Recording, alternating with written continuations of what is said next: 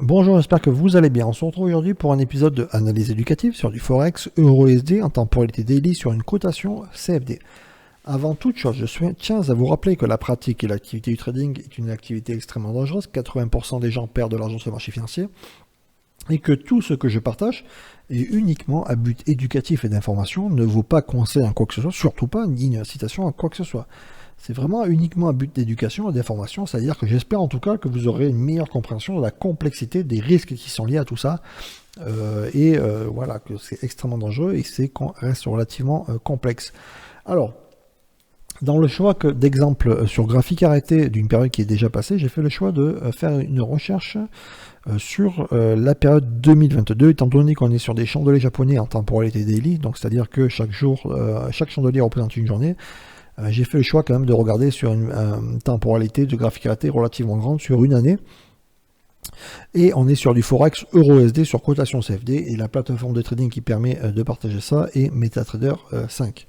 Alors visuellement, vous avez devant vos yeux les chandeliers japonais. Vous avez également les Kanashi lissés qui représentent ici en bleu et en rouge, qui est un indicateur qui est disponible gratuitement sur le marché MQL5. Ne vous retrouvez pas à payer pour regarder un exemple de ce type-là. Il existe plusieurs versions de Ekanashi, en tout cas, disponible. On peut trouver plusieurs Ekanashi lissés qui sont les mêmes, c'est juste les personnes qui les ont programmés qui sont différentes et qui le mettent à disposition gratuitement. Donc voilà, ne vous embêtez pas à payer pour ce type d'indicateur, surtout pas, surtout pas. Et j'ai mis la moyenne mobile 200 période qui est simple, et pour ceux qui me connaissent, ils savent très bien que j'apprécie ce type de moyenne mobile qui donne vraiment beaucoup d'informations relativement utiles, peu importe la situation. Alors là c'est marqué violet, mais en fait elle est en rose, en tout cas je sais pas, bref c'est bizarre, ce n'est pas très grave. Alors premièrement, la moyenne mobile 205 va me permettre dans la recherche des choix que j'ai fait moi-même, à titre d'exemple et uniquement d'exemple sur une période qui est déjà passée, qui ne garantit en aucun cas le futur, je tiens à le rappeler, de faire le choix de filtrer les potentiels de prise de position, c'est-à-dire que si les chandeliers japonais se trouvent, les corps de chandeliers japonais, et je précise bien uniquement les corps de chandeliers japonais, se retrouvent en dessous de la 205, ce qui est le cas visuellement, je vais uniquement rechercher, prendre potentiellement des positions uniquement à la baisse sous certaines conditions, si toutes les conditions que j'ai choisies et recherchées soient cochées. D'accord ? J'ai également en deuxième filtre les Kanashi lissés qui sont présentés ici en bleu et en rouge. Donc de base, le biais de base au départ, en rouge va représenter la phase baissière et en bleu la phase haussière, d'accord? Sur les moyennes, donc c'est des chandeliers, c'est des Kanashi, c'est fait sur des moyennes mobiles intégrées.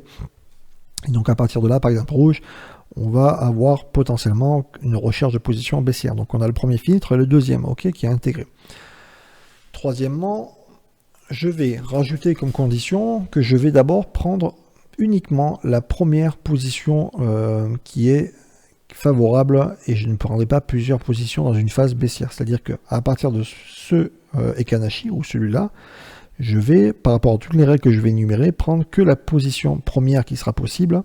Et s'il y en a d'autres qui se représentent après, je ne les prendrai pas. C'est un choix personnel de ce recherche de travaux pour la simple et bonne raison que je pars du principe qu'il y a des effets de vague et je veux entrer au début de la vague, en tout cas si les conditions se présentent. Ok, et après aller chercher les progressions dans une tendance bien établie. Ok, donc là, le dessous de la moyenne 200 moyenne mobile simple, il faut que la Kanashi passe de la bonne couleur pour prendre, ok, et que ça, ok. Et uniquement que la première qui va pouvoir se présenter par rapport aux règles que j'énumère. Il va falloir également que, pour prendre position, à partir de là, prendre position sur le premier chandelier qui va passer de couleur négative après un positif, à partir du moment où le chandelier qui est négatif va mordre dans le Ekanashi, dans la mèche, le corps, ou au-dessus, voilà, bref, dans le corps, ok. Si le premier chandelier, chandelier japonais, je vais y arriver, le corps est en dessous, successivement après un positif, là je ne pourrai pas, je vais attendre un repli, d'accord, qui va mordre dedans pour pouvoir prendre position. Ça c'est une des conditions. Également, pour pas pouvoir bien prendre et filtrer, de pouvoir prendre au début ou pas du tout l'effet de vague dans une tendance établie, je vais rajouter une condition, je ne vais pas prendre après, une fois que 15 chandeliers japonais sont passés.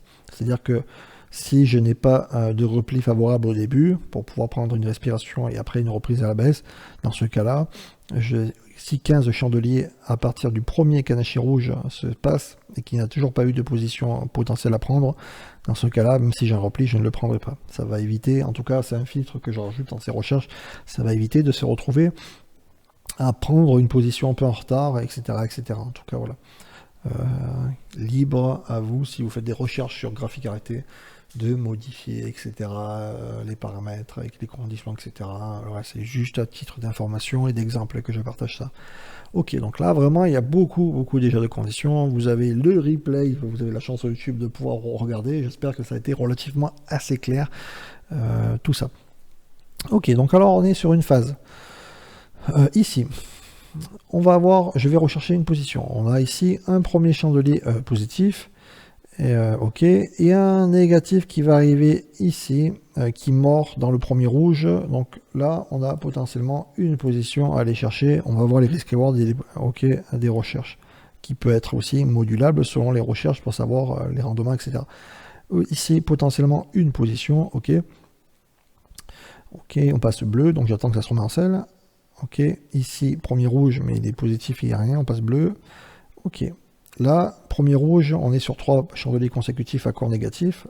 Un premier qui est positif, donc là, le premier négatif qui est dans les Kanashi, pas de problème. Celui-là, il est dans les conditions, ok. Bleu, ici, non, c'est pas bon, 1, 2, 3. Et là, qu'est-ce qui se passe? Plein de chandeliers. Donc là, 1, 2, 3, 4, on voit que les 15 sont passés sans pouvoir le corps mordre dans le truc. Donc du coup, pas de, dans cette session de phase, bah, tant pis, il n'y a pas de position de recherche, ok. Ok, ici, là, intéressant, on vient, donc phase baissière. Ok, le positif va mordre dedans, le négatif, premier négatif, ici, potentiellement, une position, d'accord. Ok.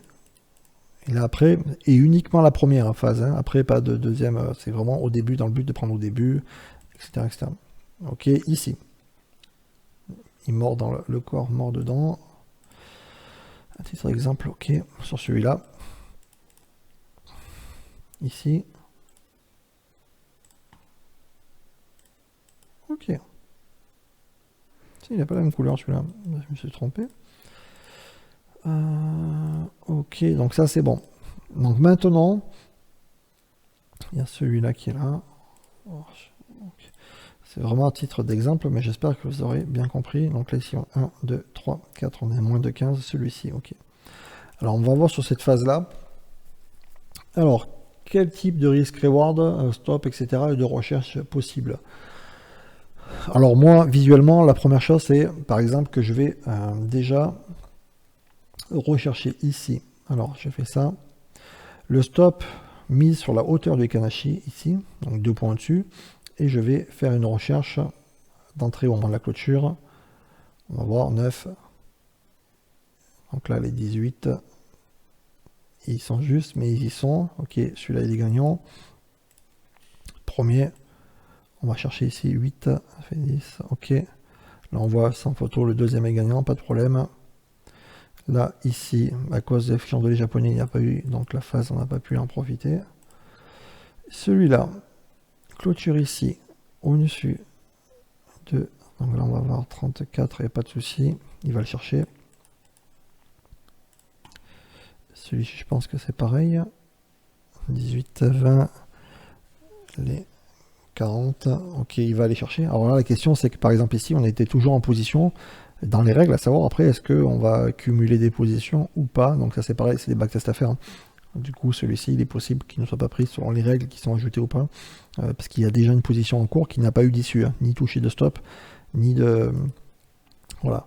Donc sinon, celle-ci, elle aurait été gagnante également. Et visuellement, celle-ci perdante. Okay, donc on se retrouve sur une phase baissière sur une année complète où en fait il y a eu quand même quelques positions qui ont été favorables et bien favorables. Ce qui ne veut pas dire que l'année qui va suivre va être du même acabit, hein, donc ça ne garantit pas le futur, mais ça donne une idée en tout cas dans les recherches que ce que ça peut donner en tout cas. Je trouve ça relativement intéressant. Après il faut voir aussi par rapport au risk-reward. Hein. Est-ce qu'on va aller chercher une fois et demie, 2 fois? Donc moi je recherche bien par rapport à 2 de base au départ. Il faudrait regarder sur l'année d'avant, même sur 3 ans, ça serait déjà pas mal, pour voir un petit peu les variations qu'on peut retrouver sur ça.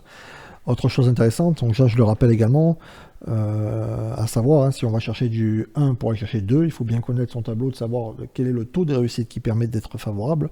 Là, il faut que toutes les positions cumulées, on dépasse les 33% de taux de réussite avec ce risk reward pour être favorable. Après, qu'on soit favorable de très peu ou beaucoup, c'est encore une autre question. Ok. Alors, petite contrainte également, avant de vous laisser sur cet exemple, temporalité daily, ça veut dire que là, par exemple, il peut y avoir des très longues périodes où on se retrouve exposé. Donc, on va avoir les effets de swap, etc. Ça peut être une contrainte. Il faut déjà être capable aussi de pouvoir se retrouver à attendre très longtemps également. Ok, ça c'est une contrainte à titre perso qui est relativement compliquée pour moi. Des personnes qui ont le profil pauvre, peut-être, je sais pas.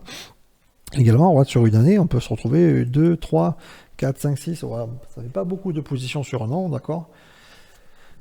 Donc voilà, ça c'est à prendre en compte aussi, hein, ce type de travaux, ce type de stratégie qui peut être forte, intéressante peut-être, hein, mais qui donne des contraintes sur la temporalité ou très peu de positions sur une année. Voilà. Alors en tout cas, j'espère que cet épisode d'analyse éducative vous a plu.